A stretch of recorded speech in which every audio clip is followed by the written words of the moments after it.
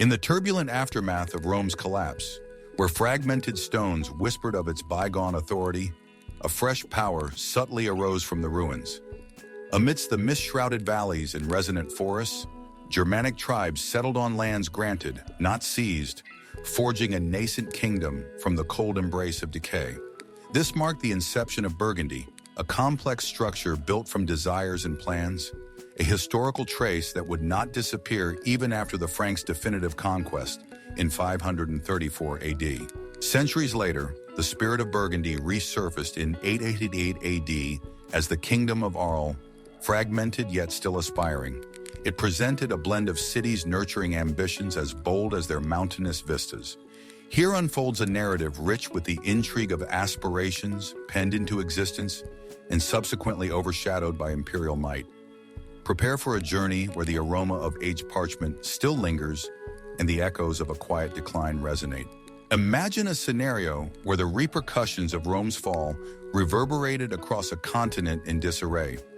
A world much like our own, yet cast under the shadow of a fallen empire's remnants. Our historical exploration commences amid this monumental upheaval, where a new societal order emerged from Rome's decaying framework. During the 5th century, the Kingdom of Burgundy established its roots among these remnants, with Germanic tribes carving out a homeland from the prevailing chaos. Given territories by the weakening Roman administration, the Burgundians exemplified survival and adaptability in a region where stability seemed fleeting. The Burgundians' transition from a nomadic existence to a ruling entity depicts a story of resilience and ambition. Hailing originally from Scandinavia, these people opted to settle in a fertile area situated between the Rhine and the Alps. Landscapes abundant with potential. The Romans, keen to stabilize their receding empire, recognized the value in these new arrivals and extended a welcome. Consequently, the Burgundians, with their distinct customs, warrior spirit, and capable system of governance, wove themselves into the social fabric of Gaul. They adopted Roman administrative practices while integrating them with their own inherited traditions. With each progression, the Burgundian kings incorporated elements of Roman culture, including the Latin language, urban development, and strategic alliances with the remaining imperial elites. This blending of influences set them apart from other tribes, securing their society a place in the rapidly transforming landscape of early medieval Europe. Their rise was not achieved through sheer conquest, but through strategic planning and negotiated partnerships. They extended their sphere of influence significantly beyond their initial holdings, gradually cultivating a legitimate kingship through marital ties and measured power, accrual. The disintegration of Rome was not merely an endpoint, but a fresh start, an opening through which Burgundy emerged, adapting to the cultural and administrative turbulence that remained. The Burgundian rulers seized this opportunity, converting disorder into a viable realm by adopting Roman infrastructure like complex water systems and population census methods. While embracing innovation, they imbued their realm with their own robust ethical framework, performing a delicate balancing act between novelty and tradition that set a precedent for future European kingdoms. These early Burgundians looked beyond mere survival, harboring significant desires for expansion and self-governance. They sought authority over adjacent territories, expanding more through diplomacy than military confrontation, cleverly exercising their influence. They played the regional political game like true masters, deftly constructing a network of alliances and rivalries within Gaul.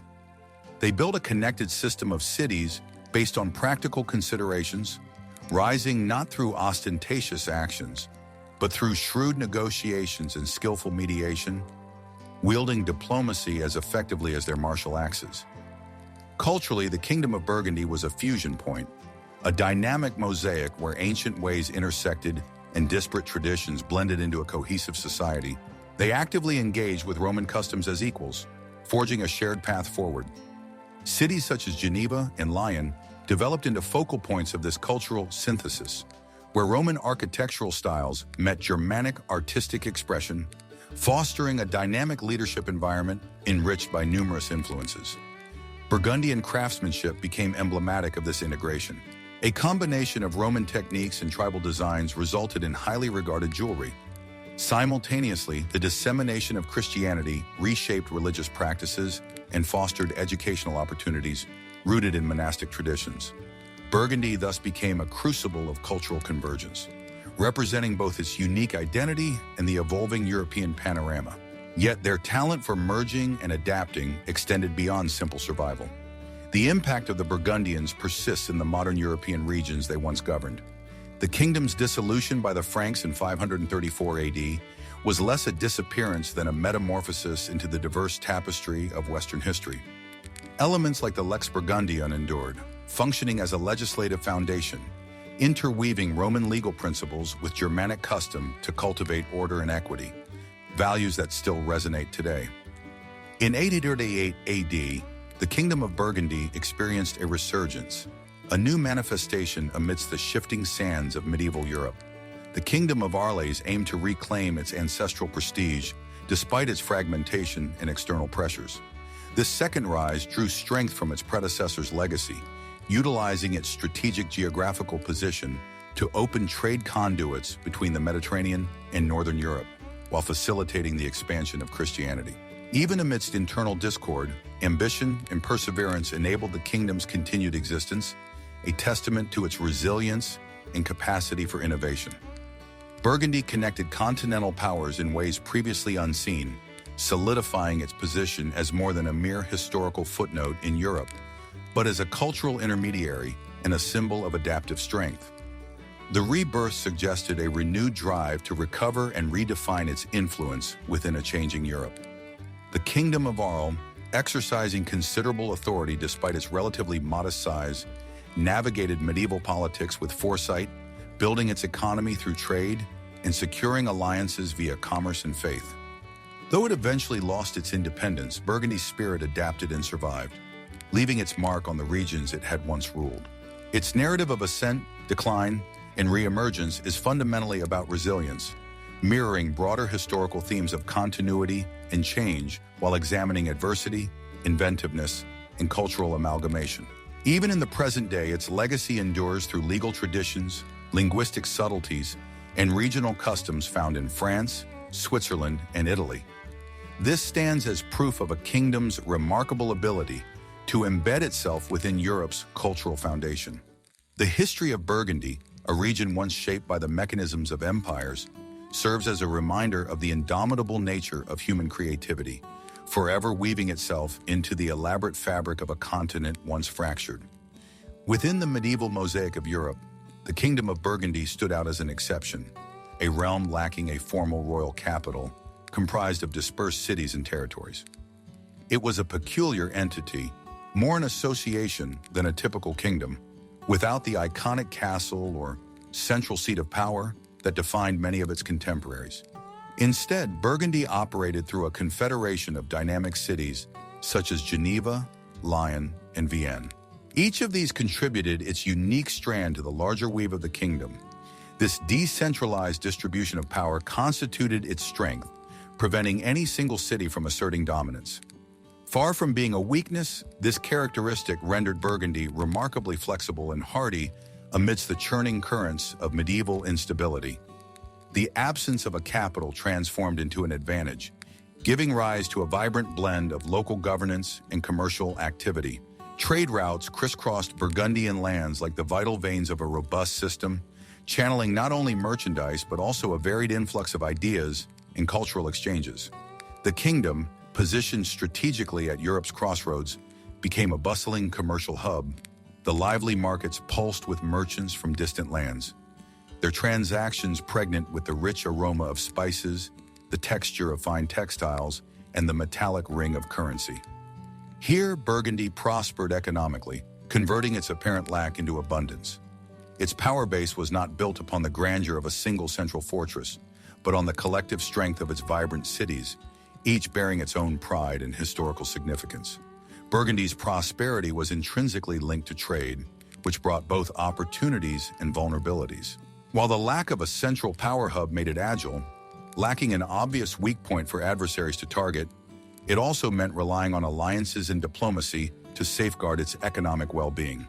Thus, the kingdom operated like a skilled weaver, intermingling threads of commerce and shrewd negotiation into an impressive pattern of influence that extended beyond its boundaries.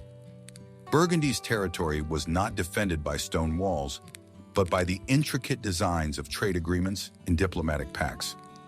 In this diverse kingdom, the church emerged as an unexpected pillar of authority, assuming a role often filled by monarchs and military forces elsewhere. Bishoprics scattered across the landscape wielded significant control not only through spiritual influence, but also through economic might, holding vast tracts of land. This substantial ecclesiastical presence created a distinctive fusion of church and state, weaving religious observances and festivals into the very cadence of daily life in Burgundy.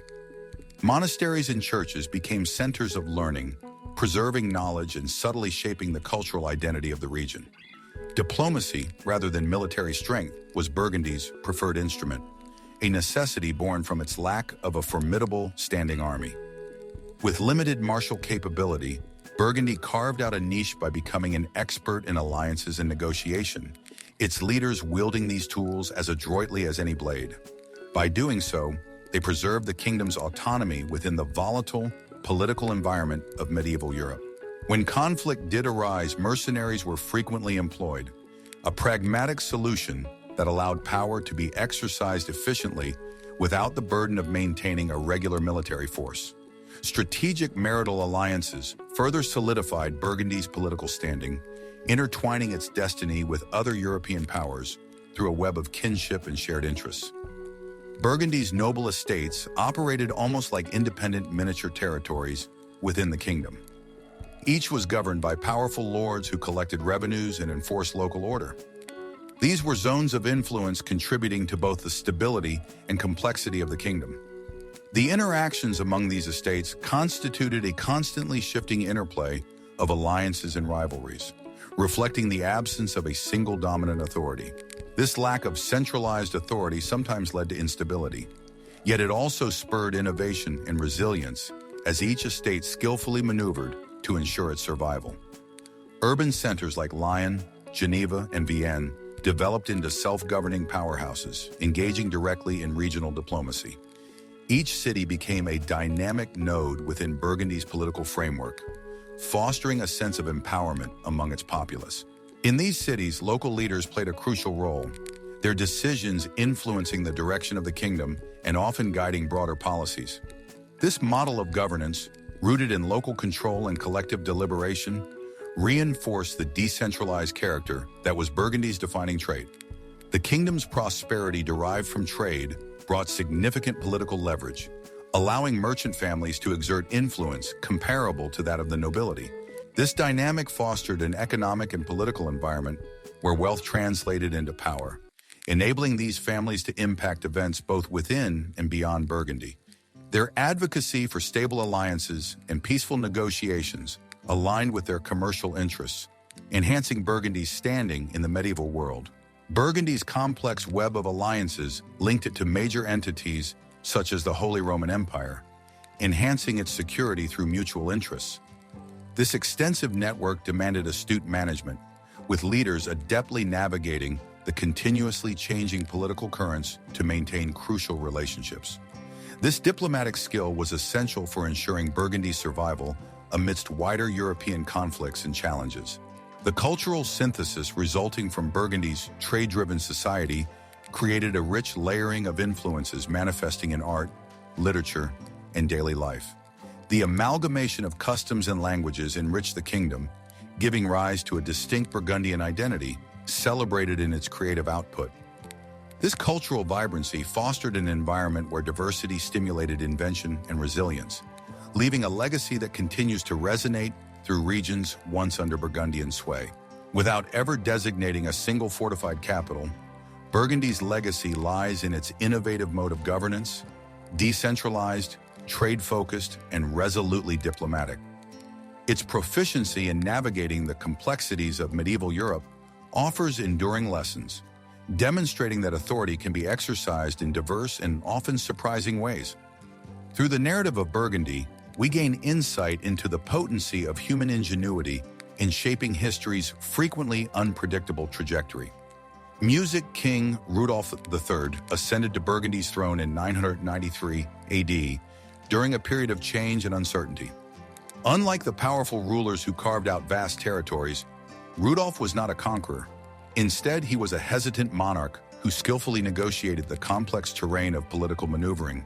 Burgundy, a scattered land of bustling cities like Lyon and ecclesiastical centers such as Geneva, was rich in commerce and culture, yet lacked the concentrated power of its neighbors. Rudolf, recognizing his kingdom's vulnerabilities, opted for diplomacy over confrontation to assert leadership. His reign was less a grand epic of military victories and more a delicate balancing act amidst simmering rivalries between the Holy Roman Empire and France. Rudolf's connection with the Holy Roman Empire was crucial, largely defining his rule. Burgundy's borders, situated close to the empire, presented both peril and opportunity. Aligning with the empire offered protection against external invasions and internal dissension. However, this alliance came at a price. The emperors, imposing figures in medieval Europe, expected loyalty and tribute, compelling Rudolf to gradually compromise Burgundian sovereignty. This intricate interaction with the Holy Roman Empire, laden with concessions exchanged for military assistance and economic advantages, diminished his authority. The kingdom's progressive integration into the imperial sphere represented a slow relinquishment based on pragmatic compromise, securing immediate power but hinting at its ultimate fate. Within Burgundy, Rudolf faced challenges not solely from competing empires, but also from ambitious local nobles. In a decentralized realm where allegiance often shifted for personal gain, these nobles exerted their influence and demanded concessions. Rudolf, a shrewd diplomat, granted estates and privileges to placate these nobles.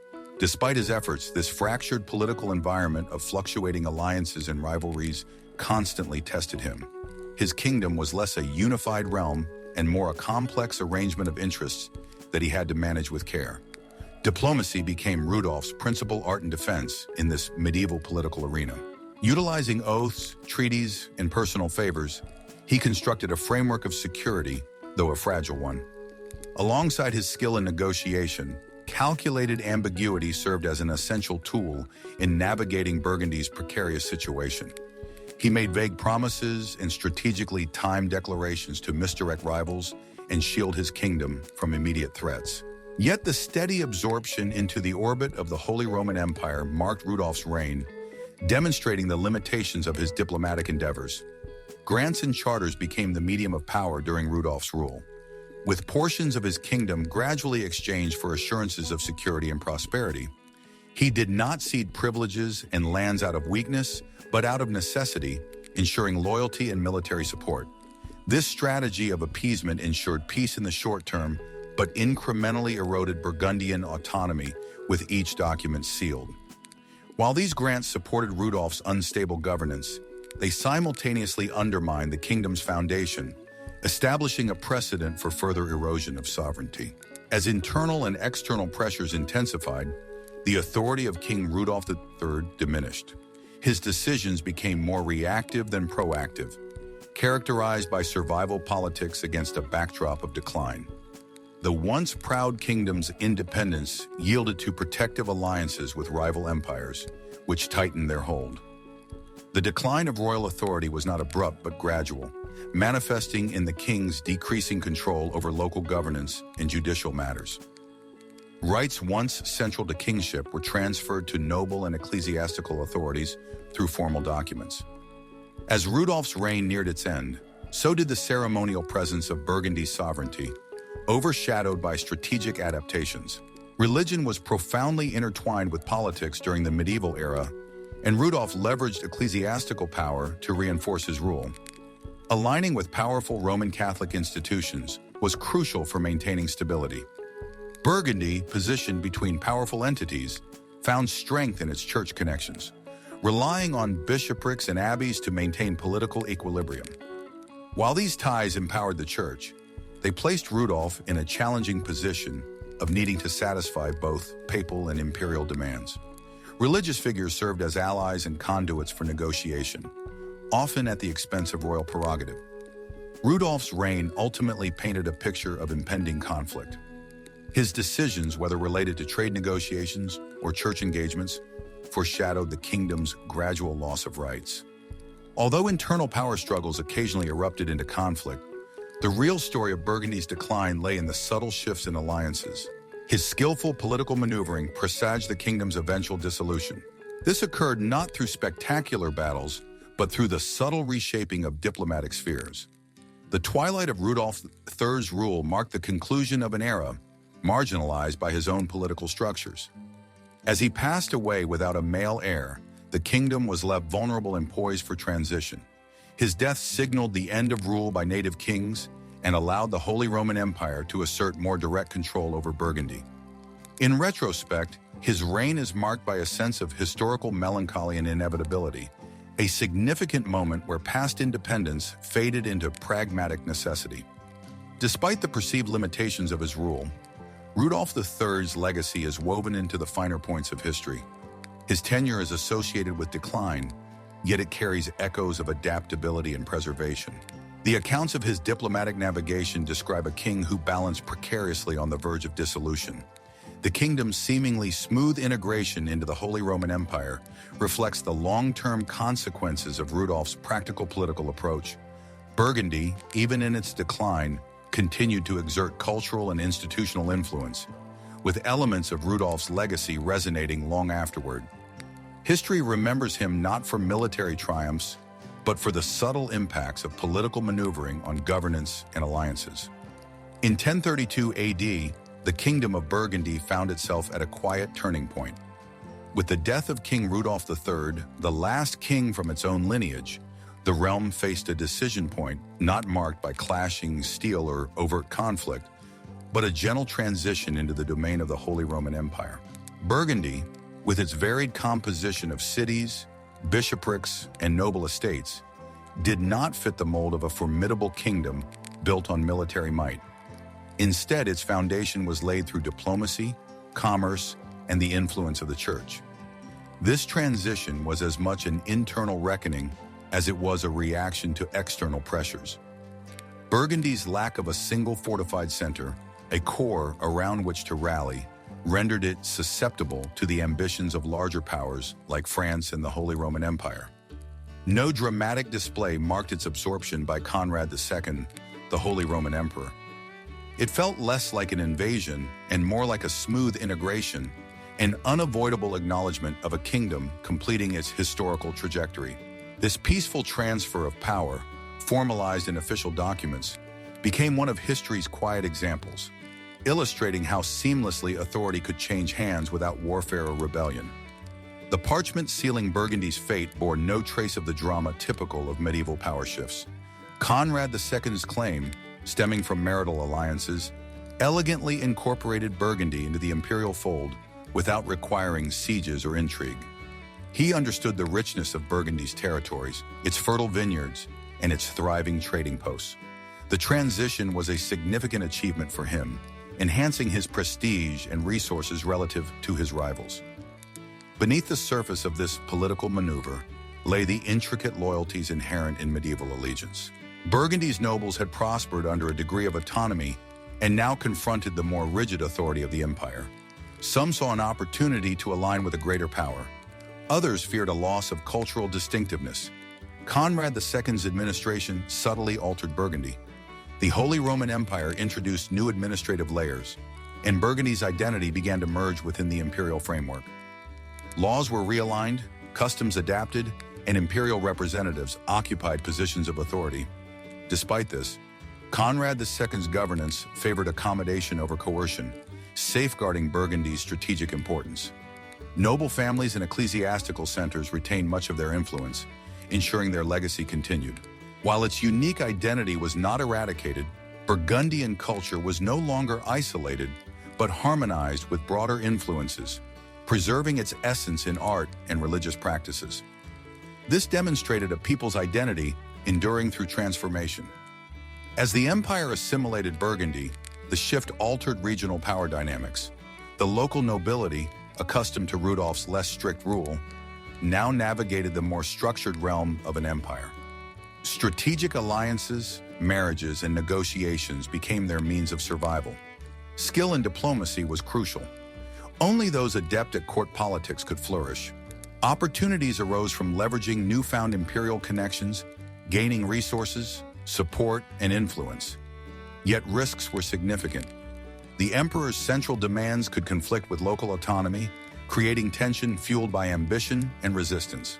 Some nobles longed for the freedom of independent Burgundian rule, while others thrived by integrating into the imperial hierarchy.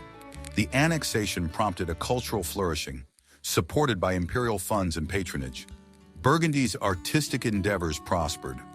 Romanesque architecture adorned churches and abbeys, combining local and broader European styles. Cultural blending enriched art, music, and literature. Nobles and clergy commissioned works that celebrated their heritage and acknowledged their place within the empire. This period of transition married established traditions with new influences, fostering cultural prosperity. Despite political changes, creativity thrived as Burgundy expressed its enduring identity through its art and collective memory. Burgundy's incorporation proved beneficial for trade. Situated at Europe's crossroads, its dynamic landscape embraced broader trade networks, extending its reach. Under the empire's protective umbrella, markets flourished. Fairs expanded, teeming with buyers and sellers exchanging wine, wool, salt, and silk. Standardized laws and currency facilitated growth, breaking down previous barriers and boosting economic activity. Cities buzzed with innovation, fueling prosperity under imperial endorsement. Yet prosperity also brought friction. Economic competition and imperial taxation strained resources, causing tension among different social strata. This served as a reminder that the advantages of prosperity often come with associated challenges. Religion, within this landscape of change, served as a cornerstone of stability and integration. The church, wielding both influence and property, eased the transition into the empire. Monasteries, cathedrals, and religious orders aligned Burgundy spiritually with overarching imperial objectives, fostering unity amidst change. Clergy retained power, balancing their spiritual leadership with political responsibilities. Ecclesiastical institutions, supported by imperial authority, upheld Burgundy's cultural fabric, their festivals and rituals binding the region to both the emperor and the community. Amidst high-level politics, the inhabitants of Burgundy experienced these shifts directly. Political maneuvers in courts and castles had tangible effects on daily life as laws, markets, and celebrations adapted. Yet amidst this integration, local traditions persisted, providing continuity and a sense of identity. Opportunities emerged, such as protection for trade and increased social mobility, yet apprehension also lingered. The shift in sovereignty was personal, affecting livelihoods, social structures, and community bonds. Villages pulsed with adaptation and potential as the empire incorporated the kingdom, leaving behind resilient, resourceful people, defined not by political borders, but by their enduring ways of life. The quiet absorption of Burgundy left a legacy of profound resilience achieved without overt warfare. It demonstrated diplomacy, marital alliances, and strategic governance as methods for redrawing the map without recourse to violence. The narrative tells of adaptation, a subtle echo of a kingdom that has passed, resonating through centuries. The legacy is paradoxical. Sovereignty was lost, but identity remained relatively untouched. Burgundy's story, marked by its silent decline, underscores that profound changes are often evident not in major conflicts, but in subtle geographical alterations. Its essence serves as a reminder that some legacies become enduring echoes of the past. Although the Kingdom of Burgundy vanished from the political map with its incorporation into the Holy Roman Empire in 1032 AD, its legacy continued to resonate through the ages. This ancient realm found lasting existence not through political power, but through the sheer persistence of its designation, Burgundy. Stripped of its independent rule, the name endured in the minds and records of its people, acquiring a legendary aura.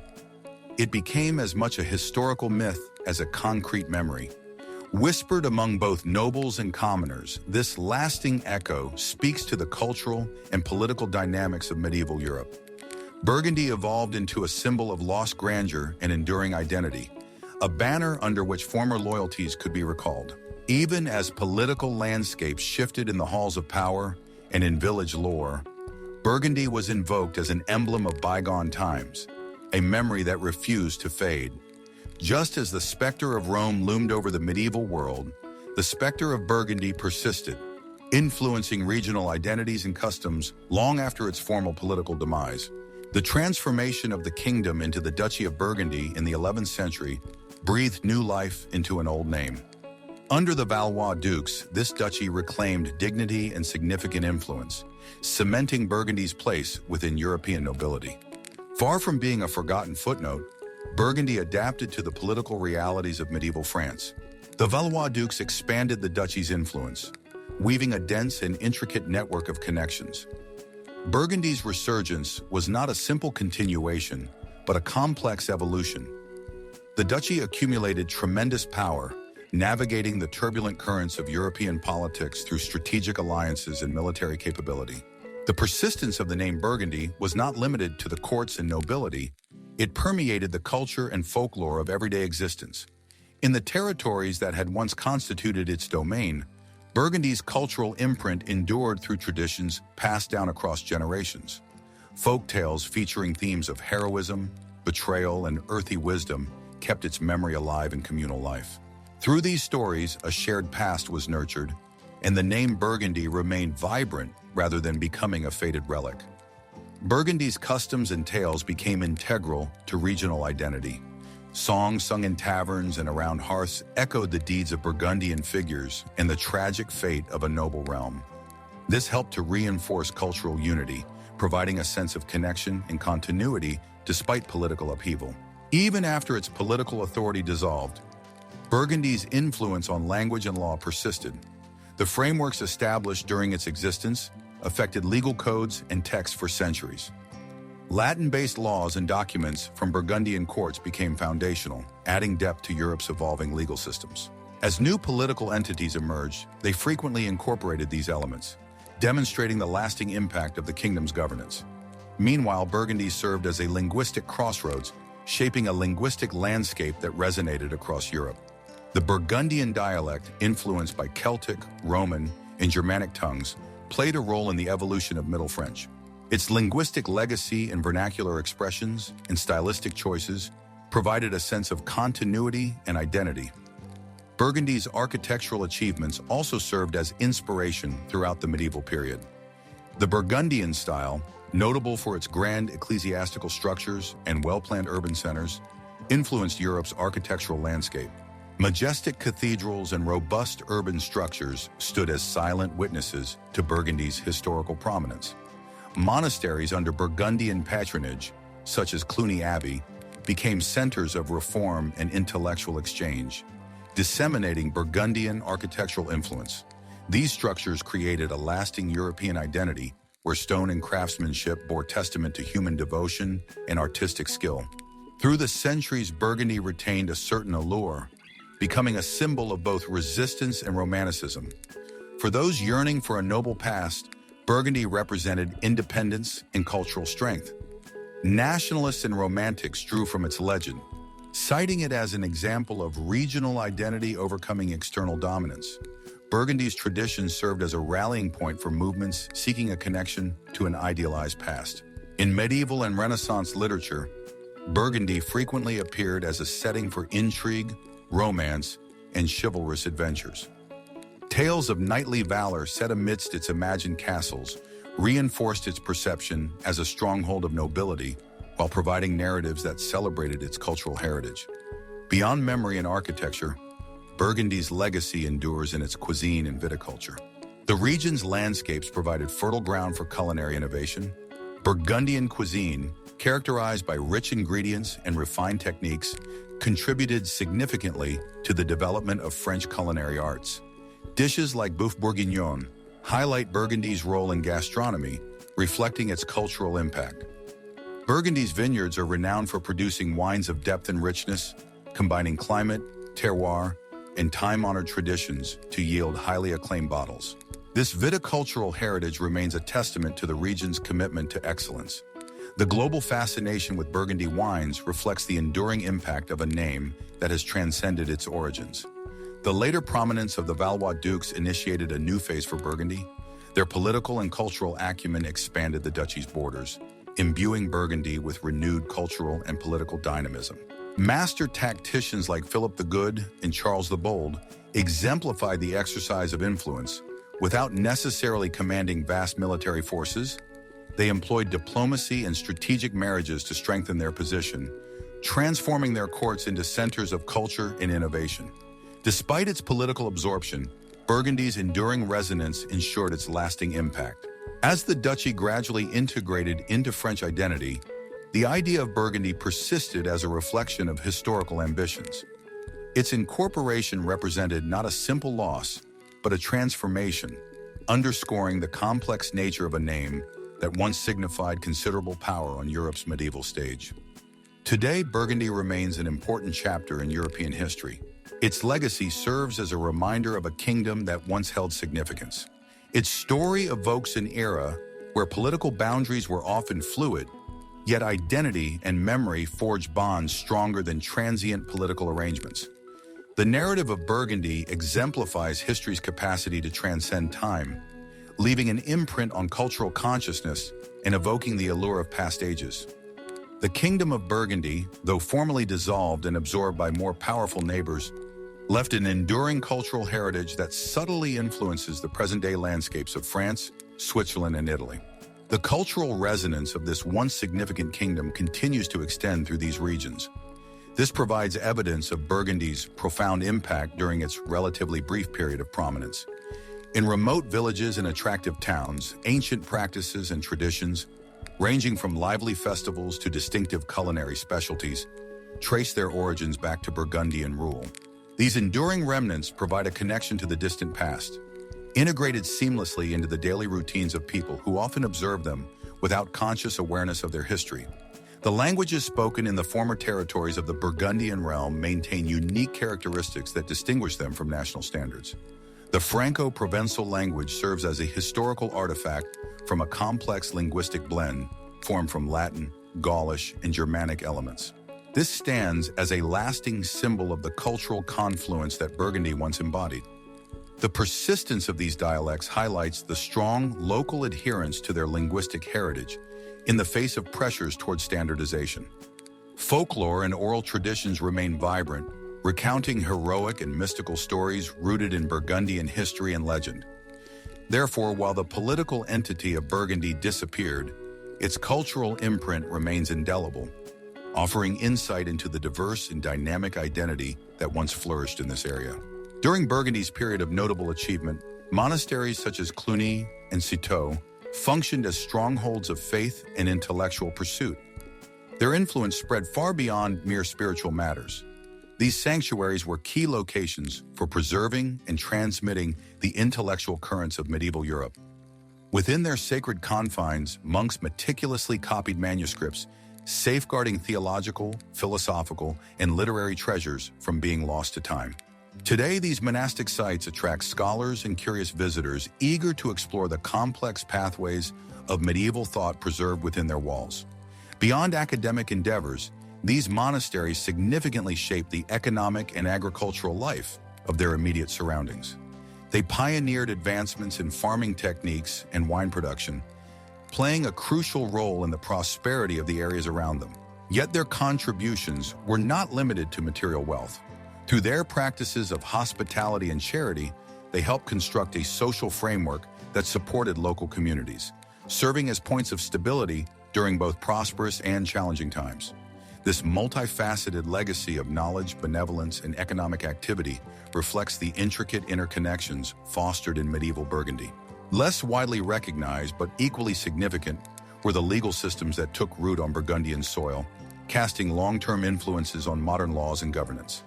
The synthesis of Roman legal principles with Germanic customary law during the Burgundian era established a foundational framework that survived the kingdom itself. The Burgundian Code and other legal charters provided a measure of order amidst tumultuous periods, fostering a culture of legal reasoning and administration that impacted Western Europe for centuries. These early legal structures continue to echo in regional legal practices today, testifying to the lasting relevance of Burgundian legal thinking. The instability arising from Burgundy's territorial disputes left a mark that extends through time, shaping the geopolitical contours of the region. The imposing Alps and the powerful Rhone River, acting as natural barriers to movement, served as the geographic backdrop for conflicts over Burgundian borders. These landscapes have imprinted a pattern of shifting but persistent boundaries, their legacy still discernible in contemporary geopolitical dynamics. The resonances of these ancient rivalries can be felt in modern debates regarding borders, reminding us of the deep historical underpinnings of current conflicts. Exploring the realm of folklore and popular belief reveals another layer of Burgundian heritage. Medieval Burgundy was immersed in rituals and customs, cultivating myths that outlived the kingdom's political demise. The enchanted woodlands and mist-covered peaks sparked imaginations, giving rise to stories of magical talismans and seasonal observances that link the natural world with the supernatural. The revitalization of these age-old traditions through local festivals and cultural events ensures that the mystical appeal of Burgundy's past resonates with both residents and visitors today. Culinary traditions also demonstrate Burgundy's ongoing influence, with its gastronomic heritage extending far beyond its borders. The rich soils and abundant landscapes fostered a bounty that shaped the Burgundian palate, resulting in a culinary identity that endures. Whether one enjoys a taste of Burgundy's celebrated wine or savors a dish prepared à la bourguignonne, the flavor provides a direct connection to the kingdom's historical richness. These tastes recount tales of cultural blending. Germanic and Roman traditions merged into dishes that continue to attract today's food enthusiasts. In art and architecture, Burgundy's legacy is evident in the Romanesque, Gothic, and emerging Renaissance influences found in the cathedrals and castles scattered across the territory. Stained glass and stone carvings signify a period when artistic expression and spirituality were intertwined, leaving behind more than mere artifacts. They ground communities in a shared cultural history, fostering a sense of pride and continuity within the rich fabric of European art. The structure of medieval towns continues to influence the urban character of Burgundy's former territories. Market squares, stone-paved streets, and fortified walls, the fundamental elements of medieval urban planning, offer glimpses into the priorities of that era. These layouts persist in modern urban design, embodying human-scaled spaces that encourage community interaction. Ancient and contemporary elements coexist, creating a living history that remains vital. As the narrative of Burgundy approaches its conclusion, its musical heritage also comes into focus. Choirs and composers from this vibrant realm enriched European music, their compositions echoing through the ages. Modern ensembles continue to perform these evocative melodies, bridging the past and the present, and keeping Burgundy's historical presence alive within the world of sound. Burgundy may have ceased to exist as a political entity, but its diplomatic strategies left enduring lessons in negotiation and maintaining balance. Positioned at Europe's crossroads, its diplomatic engagements influence power dynamics, forging a legacy of strategic alliances that are still relevant today. Thus, while the Kingdom of Burgundy faded, its historical trace remains, a testament to its lasting impact on the course of history. Transition from historical narrative to podcast outro tone, rephrased to maintain narrative flow.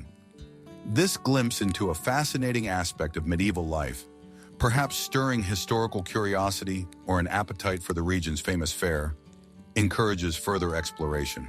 For those seeking more unfiltered accounts from history's less polished eras, delving deeper into such narratives can be rewarding. These historical accounts offer perspectives that are often compelling and revealing. End of potential podcast outro rephrasing, returning to main narrative. Amidst the historical echoes, the Kingdom of Burgundy seems to share its secrets through the very stones of the imposing cathedrals and basilicas found across modern France and Switzerland. These magnificent structures, financed by royal patronage, narrate a story of a time long past when faith and political power were closely linked. Burgundy's architectural legacy, integrating Romanesque styles with later Gothic developments, reflects an age that valued both spiritual devotion and worldly prominence. The towering Basilica in Vienne, with its intricate stonework and brilliant stained glass, stands as evidence of the kings who sought a form of immortality through monumental constructions of stone. These buildings served purposes beyond simply providing spiritual comfort. They were vital centers of political activity and learning, hosting royal ceremonies and diplomatic gatherings. These architectural achievements also contributed significantly to the region's economic structure, supporting a robust network of artisans, laborers, and suppliers. The construction of such grand edifices stimulated local economies, transforming towns into busy hubs as pilgrims and travelers journeyed to these sacred sites. The architectural innovations originating in Burgundy spread across boundaries, influencing the medieval European architectural scene. Contemporary architects and historians continue to draw inspiration from these structures, admiring their skillful use of space, light, and symbolic meaning. Thus, through enduring stone and ambitious designs, the Kingdom of Burgundy continues to tell the story of a realm whose physical authority diminished, but whose cultural influence reached widely. In the domain of governance, Burgundy established a legal heritage recorded in Latin, a synthesis of Roman law and Germanic customs. This hybrid system formed the foundation of the region's legal tradition, influencing modern legal frameworks in France, Switzerland, and Italy. Latin, as the language of the church and intellectual pursuits, connected Burgundy to a broader European intellectual heritage. The legal texts preserving the philosophical and ethical considerations of the era reveal a kingdom focused on balance and justice, even while upholding tradition. Burgundian legal principles continued to be significant as territories transitioned into early nation-states, embedding deep legal roots that outlasted the kingdom itself. The emphasis on written laws, a characteristic feature of Burgundy, perpetuated an order that persisted long after its political end. This represents a lasting impact that shaped the lives of subsequent generations. Equally crucial were Burgundy's borders, shaped by both conflict and negotiation. This territory, situated between the Rhone River and the Alps, was a valuable asset coveted by empires for its strategic trade routes and fertile lands. Borders were adjusted not merely by military confrontation, but through treaties where written agreements held power. The treaties of Verdun and Meissen depicted a political scenario where Burgundy played its part amidst larger powers, sometimes as a minor piece, sometimes as a key player. These borders, more than just lines on a map, defined trade networks and cultural exchanges that extended beyond Burgundy's political collapse. They fostered unique identities within the former Burgundian territories, identities that France and Switzerland now value as part of their cultural heritage. Beyond its architectural wonders and legal innovations, Burgundy's monasteries were vital centers of learning and spiritual energy. The renowned Abbey of Cluny, founded in 910 AD, was not merely a sanctuary, but a key center for cultural production and intellectual activity. Cluny's extensive network encouraged spiritual and scholarly pursuits, with scribes preserving classical texts essential for the medieval intellectual revival. These monasteries also extended their influence to agriculture and community well-being, contributing to economic stability. The Cluniac reform movement, advocating for monastic purity and renewal, had a wide-reaching impact across Europe, invigorating ecclesiastical structures and inspiring later monastic orders, such as the Cistercians. As a cultural intersection, Burgundy integrated vibrant traditions from Latin and Germanic Europe. Its territories hosted a mix of influences, Celtic, Roman, Frankish, and Germanic, shaping a distinctive Burgundian identity. Artistic expressions like illuminated manuscripts and sculptural works showcased this cultural blend, attracting talent to rich, courtly environments that celebrated diversity. Linguistically, Burgundy presented a rich variety where Latin, Old French, and dialects like Arpitan coexisted, contributing to the development of the Romance languages. Burgundy's craftsmanship was evident in bustling noble residences and workshops, valued for its exceptional quality and inventiveness. Artisans created items ranging from intricate textiles to finely crafted weaponry, with Burgundian tapestries particularly prized throughout Europe. This craftsmanship was not limited to luxury goods. It extended to viticulture, with Burgundy's vineyards establishing standards in wine production that continue today. Innovations in metallurgy and armor refined military capabilities and influenced chivalric practices. These craftsmen worked together, spreading Burgundy's style across the continent, their creations symbolizing status and refinement. Trade and commerce flourished in Burgundy's central location, connecting the north and south. Through busy trade routes along the Rhone and access to Mediterranean ports, Burgundy linked diverse economies, facilitating the exchange of goods, ideas, and cultural practices. Markets in cities like Lyon and Geneva thrived, attracting merchants from distant lands. Burgundy's commercial practices, including accounting systems and trade guilds, laid groundwork for modern economic structures. Although politically dissolved, Burgundy's mercantile legacy endures, woven into the economic narratives of its successors. With these lasting contributions to art, law, architecture, and commerce, Burgundy's essence transcends time, ensuring its spirit remains in the lands it once proudly ruled. Situated at the busy crossroads of medieval Europe, Burgundy emerged as a kingdom notable for its wealth and potential. Its advantageous position along trade routes transformed it into a center for commerce and prosperity, with markets filled with gold, silver, and exotic spices. The allure of its prosperity was undeniable, but in a world driven by ambition, such wealth proved a double-edged sword. France and the Holy Roman Empire, both eager for expansion, viewed Burgundy as a tempting prize. Yet the kingdom's riches were insufficient to protect its independence. Instead of fortifying its position, its affluence became a magnet for those seeking dominance. Burgundy's vulnerability stemmed not solely from the covetous gaze of neighboring powers. Internally, it was a complex arrangement of local authorities, bishops, dukes, and counts, each with their own aspirations. This fragmented collection of interests weakened the kingdom's coherence, diminishing its ability to organize a unified defense. Lacking a centralized military force, Burgundy relied on alliances and diplomacy, methods as unreliable as fresh ink on parchment. This reliance proved to be an Achilles heel. The kingdom was wealthy yet exposed, presenting more of a tempting opportunity for stronger neighbors than a robustly defended state. Geographically, Burgundy was not a tranquil rural area, but a crucial piece in Europe's geopolitical strategy. Located between the aggressive entities of France and the Holy Roman Empire, its lands formed an invaluable link connecting the north to the south. This position brought both prosperity and risk, caught between the territorial ambitions of these formidable empires.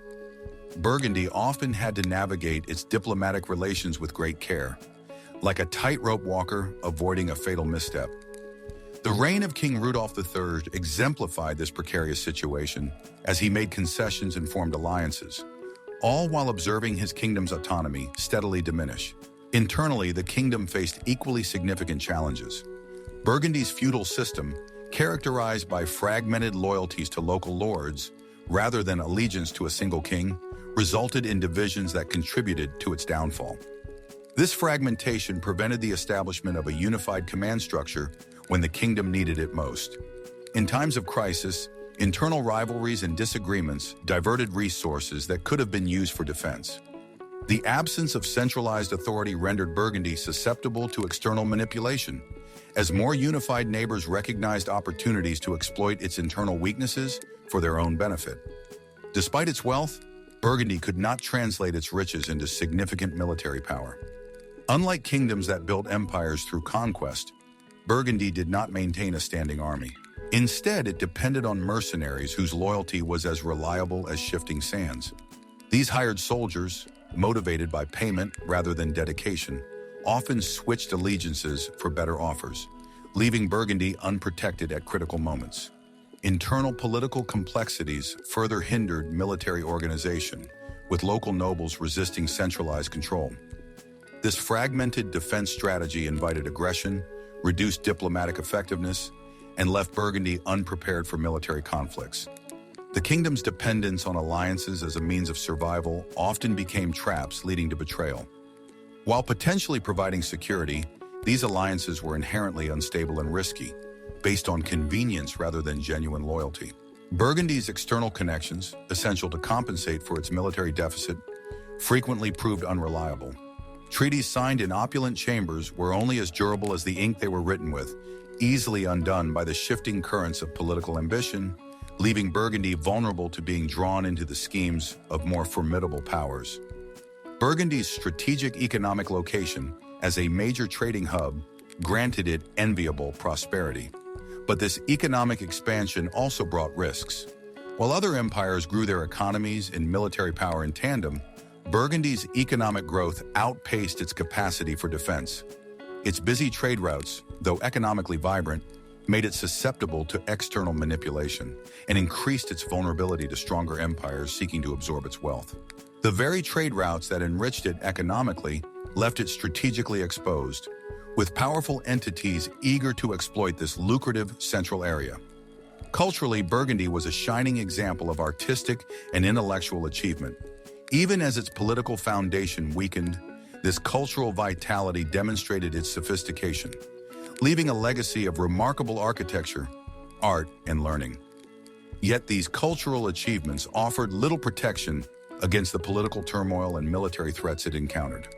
While the kingdom's centers of culture honored scholars and artists, its political strategies remained disjointed, leaving Burgundy open to external threats. In an era of uncertainty, Burgundy relied heavily on diplomacy, using it as both a protective shield and a strategic tool. Kings skillfully forged alliances to ward off hostilities, but this strategy gradually became a snare. This intricate diplomatic maneuvering, once a tool for survival, inevitably contributed to Burgundy's decline. As the kingdom's capacity for independent foreign policy diminished, Burgundy's reliance on diplomatic measures signaled its yielding rather than its strategic strength. Ultimately, the reasons for Burgundy's inability to maintain its independence became strikingly apparent. Lacking strong political structures, internal unity, military readiness, and suffering from strategic misjudgments, the kingdom was weakened from within. Compared to the centralized authorities of its neighbors, Burgundy's internal divisions and diluted authority made it incapable of effectively repelling external threats. Diplomacy, once a clever counter to military weakness, ultimately restricted its sovereignty. As Burgundy's power waned, it left behind a rich legacy of cultural brilliance that persisted despite its political decline. This serves as a reminder of the complex interaction of ambition, wealth, and fragility that characterizes the unpredictable flow of history. In the grand narrative of medieval history, Burgundy's end unfolds quietly, lacking the dramatic scale of Rome's collapse or Constantinople's fiery sieges. This kingdom, which once encompassed parts of what are now France and Switzerland and Italy, saw its borders subtly redefined by written agreements rather than military clashes. Treaties that had once promised security became instrumental in its undoing. One might picture a grand castle not falling to attack, but instead being gradually parceled out, stone by stone, to neighboring lords. The political landscape was reshaped not through conquest, but through something as routine as signed documents, devastating in their lasting effect. The borders of medieval Burgundy were determined not only by geographical features like rivers and mountains, but also by traditions spanning centuries. Like inherited property divided among heirs, entire regions were allocated through treaties, effectively erasing the kingdom's distinct political identity. This narrative serves as a micro-example of medieval Europe's constant shifts, where diplomatic skill often held greater weight than military strength. Burgundy's political identity faded, absorbed by more powerful entities, a demonstration of realpolitik, yet its memory was never erased from the minds of its people. For those living within its ancient boundaries, Burgundy's political disappearance was not marked by mass migration or exile. Peasants continued to work the same fields, merchants sold their goods in the same busy markets, and artisans crafted wares using time-honored techniques. The kingdom's fall was a political event, not a societal collapse. The machinery of statehood may have vanished, but human lives remained grounded by routine and necessity, carrying the spirit of Burgundy often without conscious awareness. Through dialects, songs, and stories shared by the fire, the cultural essence endured. Laws initially written in Latin continued to influence local decisions, contributing to the formation of emerging regional identities. Treaties impacted the noble families that had once held sway in Burgundy, their consequences rippling through the genealogies of European aristocracy. Governed by noble houses tied to the broader political framework of Europe, Burgundy's aristocracy navigated shifting allegiances. They integrated into larger dynastic structures, with marriages diluting the distinct Burgundian aristocracy into broader noble bloodlines. These treaties, dividing territory and authority, were symptomatic of medieval political strategies, where diplomatic marriages carried as much significance as military might. Burgundy's influence extended beyond its formal kingdom through these enduring dynastic connections, persistently permeating European aristocratic circles. Cultural resilience characterized Burgundy's persistence. Cut off from statehood, its people did not abandon their cultural identities. Instead, they adapted, allowing symbols to evolve and resonate with the prevailing powers. This resilience was particularly evident in Burgundian art and architecture. Even after the political dissolution, artisans continued to draw from traditional styles, incorporating emerging influences. This blend ensured that while Burgundy vanished politically, culturally, it remained present as a layer within the historical record of European heritage. Linguistic elements, such as dialects and oral traditions, thrived, linking communities to their roots amidst evolving identities. When Burgundy dissolved, its cities remained steadfast, their stones recounting tales of resilience. Geneva, Lyon, and Vienne, significant centers during Burgundy's existence, continued to function as important cultural and religious hubs. These urban centers, amidst political transitions, seamlessly integrated new authorities while maintaining their character. Benefiting from their strategic locations on trade routes, they ensured continuous exchanges of ideas, goods, and people. Burgundy's legacy lived on in its markets, cathedrals, and bridges, embodying continuity and change, standing as tangible testaments to its spirit. The church played a crucial role in preserving Burgundy's identity.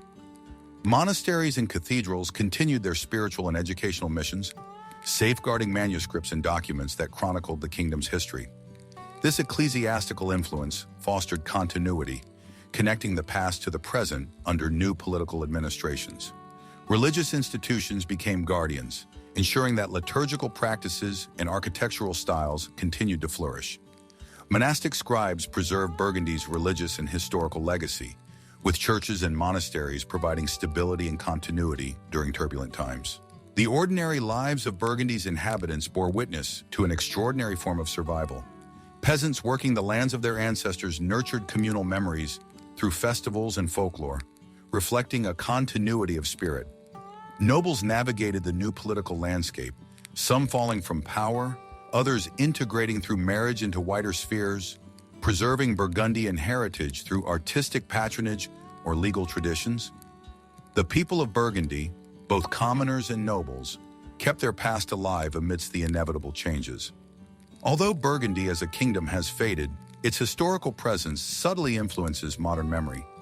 Residents of its former territories continue to interact with its legacy through place names, legal frameworks, cuisine, and dialects. This historical ghost kingdom endures, fascinating scholars and cultural enthusiasts who explore its past eminence. Historical reenactments, festivals, and guided tours invite people to immerse themselves in this bygone era, allowing for a reimagining of Burgundy's story. In this merging of past and present, it remains alive, not as a sovereign state, but as the lasting imprint of a medieval entity, inviting exploration of its quiet, persistent voice. Ultimately, Burgundy's disappearance presents both ironies and parallels, serving as a reminder of the fluid nature of power and borders throughout history. A kingdom dissolving peacefully challenges conventional notions of endurance, illustrating the precariousness of statehood and the resilience of cultural identity. As borders shift and national sovereignties are contested globally, Burgundy offers insights into the fundamental nature of power and the enduring spirit of cultural heritage. The story of Burgundy stands as evidence of the subtle complexities of historical rise and fall. Unlike empires built primarily on conquest, its narrative is one of diplomatic erosion and cultural persistence. It vanished through quiet political processes, leaving behind no grand ruins of military glory, but an influence woven through culture and history. In concluding Burgundy's tale, its legacy emerges as more than just memory, rooted in the survival of its people and the resilience of their customs. It persists in the heart of Europe, embodying a paradoxical blend of loss and continuity. Understanding Burgundy reveals a narrative where quiet transformations shape lasting legacies, illustrating how written agreements, rather than military force, could powerfully shape the course of history. As one steps onto the historical pathways of the past, the Kingdom of Burgundy emerges like a faint sound in the thick mist. Its outlines are barely visible, yet undeniably intriguing. While the prominent stories of larger empires have often overshadowed its narrative, Burgundy's quiet resilience and subtle impact continue to resonate through time. It was more than just a geographical designation. It was a realm where noble pursuits intertwined with the lives of common people, leaving a lasting mark on the medieval fabric of Europe.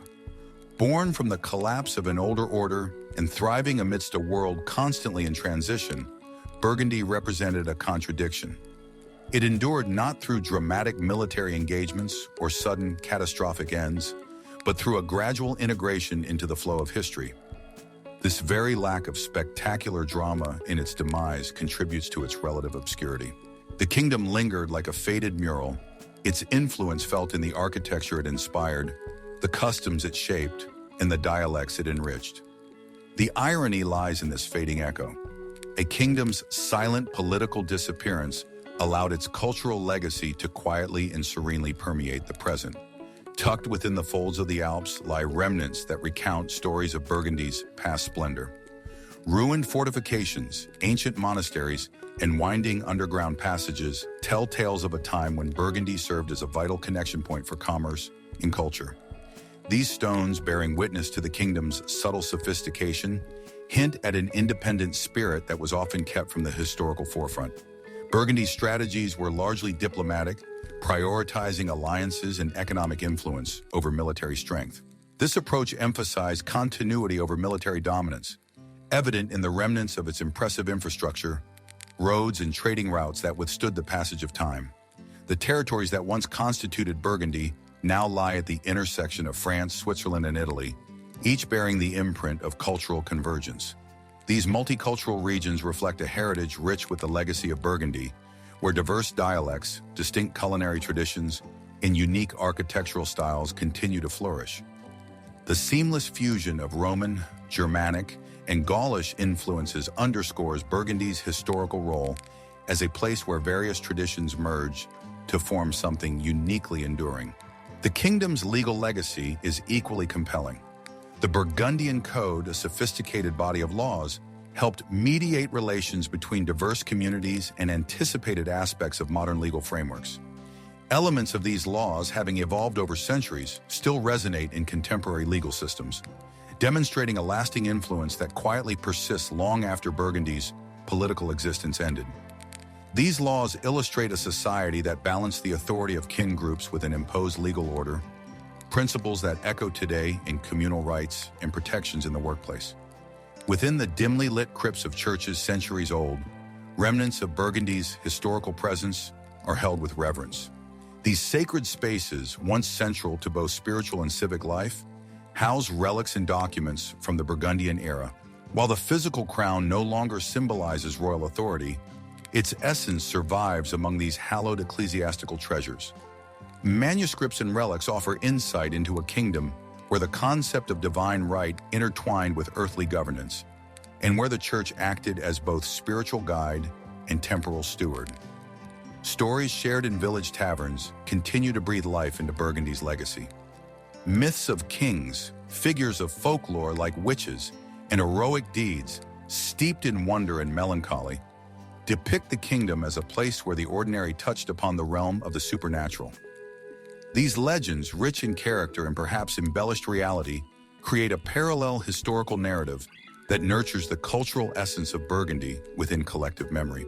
The kingdom's economic significance left a lasting impression. Despite its political end, strategically situated between flourishing powers, it functioned as a crucial commercial link, facilitating trade and cultural exchange across different regions. The economic infrastructure developed from its commercial spirit laid the groundwork for future prosperity in the territories that succeeded it. Today, thriving industries such as Swiss banking, French wine production, and Italian silk manufacturing trace parts of their origins to this dynamic period. Burgundy's legacy is inscribed in both tangible stone and intangible spirit. While its monuments, castles, and cathedrals serve as testaments to its aspirations, the kingdom also imparted timeless values to its people. This historical character, conveyed through dialects, culinary delights, and enduring philosophical viewpoints, crafted a vibrant cultural narrative. Burgundy harmonizes the visible with the less tangible, securing its place within the complex mosaic of human achievement. Reflecting on Burgundy's historical trajectory offers lessons about power dynamics and priorities. Its history, unmarked by dramatic upheaval, yet quietly influential over time, provides insights into the true nature of strength. Burgundy prospered by prioritizing diplomacy and economic ingenuity, emphasizing alliances and cultural resilience over military prowess. Although it ultimately succumbed in a competitive age, its subtle strategies hold contemporary relevance, highlighting the value of enduring influence over fleeting victories. Examining Burgundy's less prominent historical aspects reveals a narrative rich in the nuances of community identity, the importance of economic activity at a local level, and the interplay of cultures, factors that shaped history beyond the focus on battlefields. Burgundy offers a perspective on how historical entities leave their mark, not necessarily through grand displays of power, but through a diligent, steady presence. Its history invites one to appreciate the often overlooked dimensions of the past, where the rich, quiet essence of Burgundy continues to resonate within the fabric of our shared heritage.